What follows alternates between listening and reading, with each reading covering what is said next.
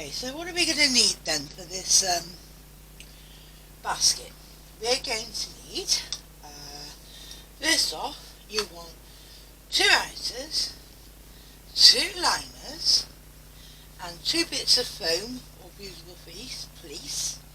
I am going to show you how to get creases out of your foam, steaming it, right? Which are 3.5 by 12 inches long. So that set. Those are the sides.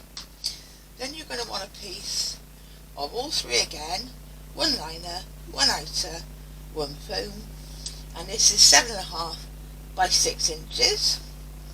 And then for the handle, we're going to want 1 outer and 1 bit of interfacing, which I'm going to iron to the outer to make the handle. You are going to want a bit of fibre spray, and that's it. It's just made out of a few bits and bobs that you may have around the home. I want you to see that I'm using scraps of Bosal, and I wanted to show you the really nasty creases that you get when you use a foam product. But steam in your iron, yeah? Nice lot of steam in your iron. Just above it, giving it steam bursts. Okay? I'm kind of saturating it, as you can see at the moment. I'm not actually touching it, so I'm not ironing it, but I am giving it the benefit of steam. Okay, so this is Bosal, what do you call it, it's not non-fusible. I like to do the in-R form non-fusible. Alright, so it may still look like there's a bit of a thing there, but let me bring it closer to you now. Where I've just steamed it, it's no longer, well, you can see it's no longer got the crease in it, so it's perfectly able to be used now. Next step is we want our outer, our foam, and our lining. And as I said, I don't use the fusible type. The fusible type. If you have fusible, then fair enough. If not, do as I do and make your sandwich in the usual way. Just protect my board a second, which is let's spray a little 505 repositional on there. That's all it wants. Turn it over. Use a bit of or this side and plonk that bit of fabric on. Okay, so now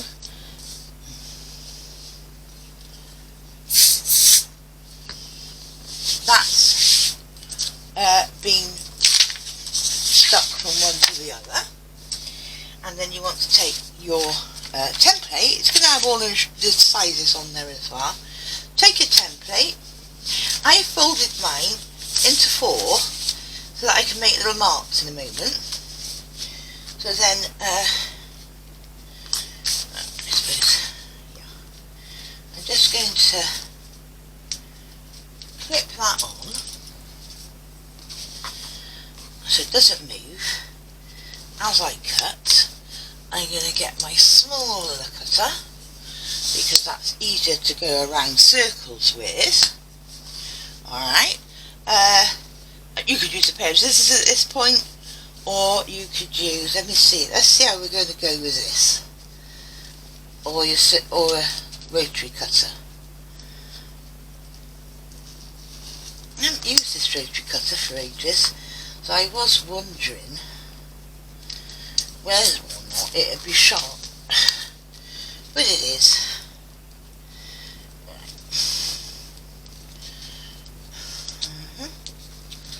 So, arrange a shape.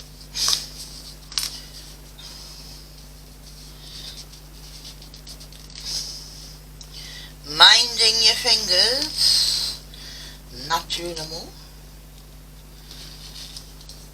Alright.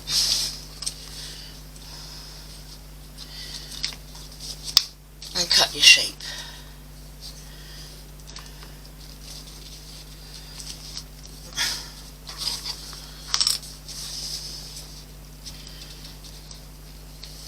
Alright.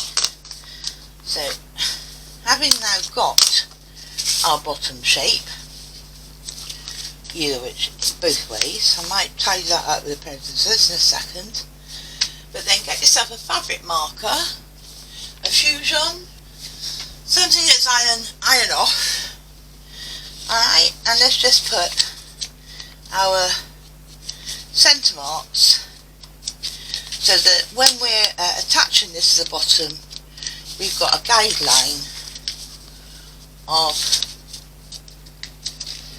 where our centre should be. Okay.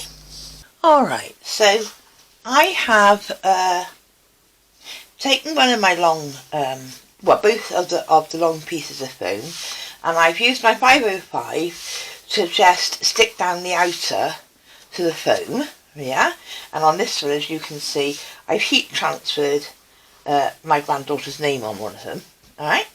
Then you want your lining fabric, and then I've got to double check this, right sides together on each piece, like this, and then we'll take that to the sewing machine, and just on the top we're going to do a 1/4 inch seam.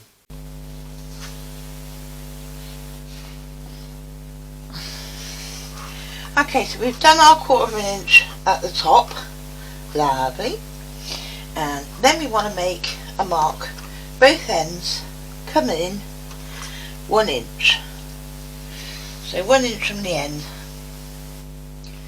make your mark, 1 inch from that end, make your mark, same from this end, same from that end, and then from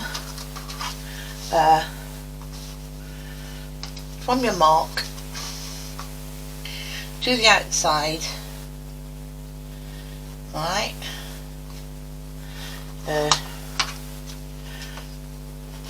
cut the fabric. So we're making the shape of the basket now. I never know which way round is the best for me, but yeah, so we're going to go from the top to our 1 inch mark and then shape it. Same with the other side.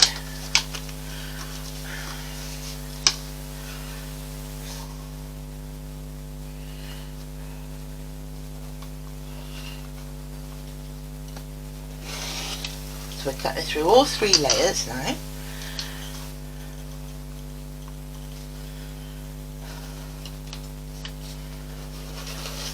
There we are. And now what we want to do is to take both sides, lift now up the lining, and then, excuse me, right sides together, but everything is right sides together. Alright, we need to do the sides. So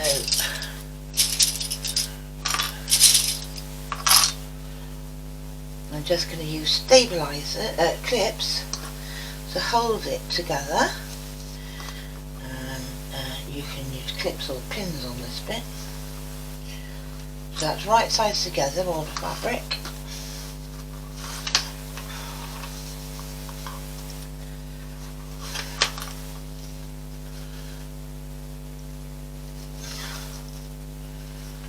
And using, not the top, we're just going to be doing the sides, both sides. We're going to do another 1/4 inch seam, both sides and down to the top. I'll come back to you.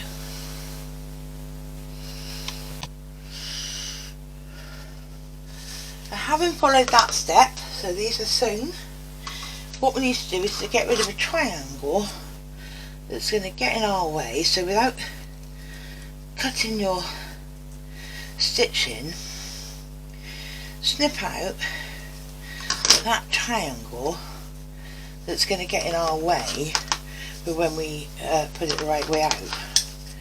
Okay, so just snip a triangle, which may be a little difficult with foam, but snip your triangle out of that stitch in there. Come on. Right. Oh, come away. I don't know quite what's not allowing that to come, but there. I don't know. There. Okay, so we've got those two indents there. Now we can pull the lining to the, or put it the right way out if you like, with the lining. Alright.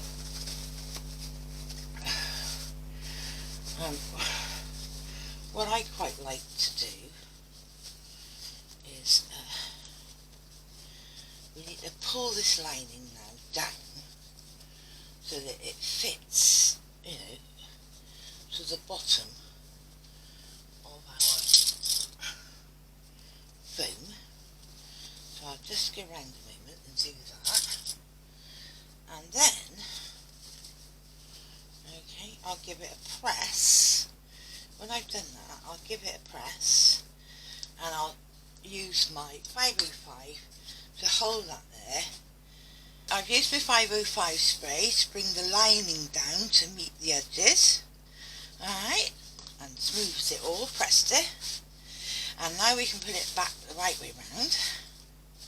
Alright, and what we need to do then is we want to do a 1/4 inch seam all the way around the top. I think, because I found some of this, that I may very well, work out which is the right way, but put some of this, shall I or shan't I?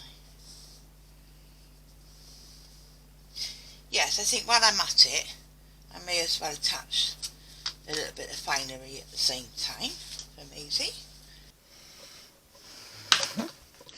Right, taking our 18 by 1.5 inch strip, right sides together on the base, and including the lining inside. Let's just run around there, pin it all the way around, clip it all the way around, and then a 1/4 inch seam all the way around. I just want to just bring that so it's gone past that initial fold. Cut that off. Okay. And then the next thing we need to do is to get our base and find, we know where our end marks are because they've got a seam. So now what we need to find are where our halfway marks are. So we're just going to pop that in there. Just make a mark where your halfway marks are. And then we are going to have it the right way. And then start to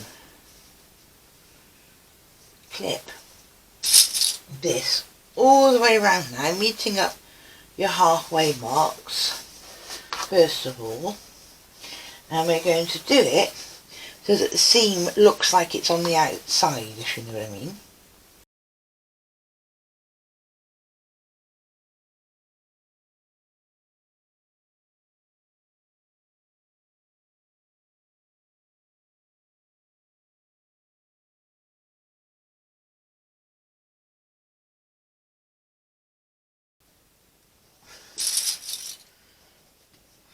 Okay. So we've still got this, which is going to be our binding. So this is what we want to make sure, that when we sew it, we don't have any gaps inside there. Okay? So now we need to put this on the machine and sew that a good 1/4 inch all the way around. Alright, so I brought this back from the sewing machine. Still got this bit of binding on there. Okay, I've sewn all the way round. I've checked inside that I've caught all the lining fabric in there nicely, because now is the time to fix it if you haven't. And then what we're going to do is I might go and trim some of this around, yeah, but then we're going to take our binding bit here, fold it in half once, yeah, and then fold it in half to wrap around the exterior of the work we've just done,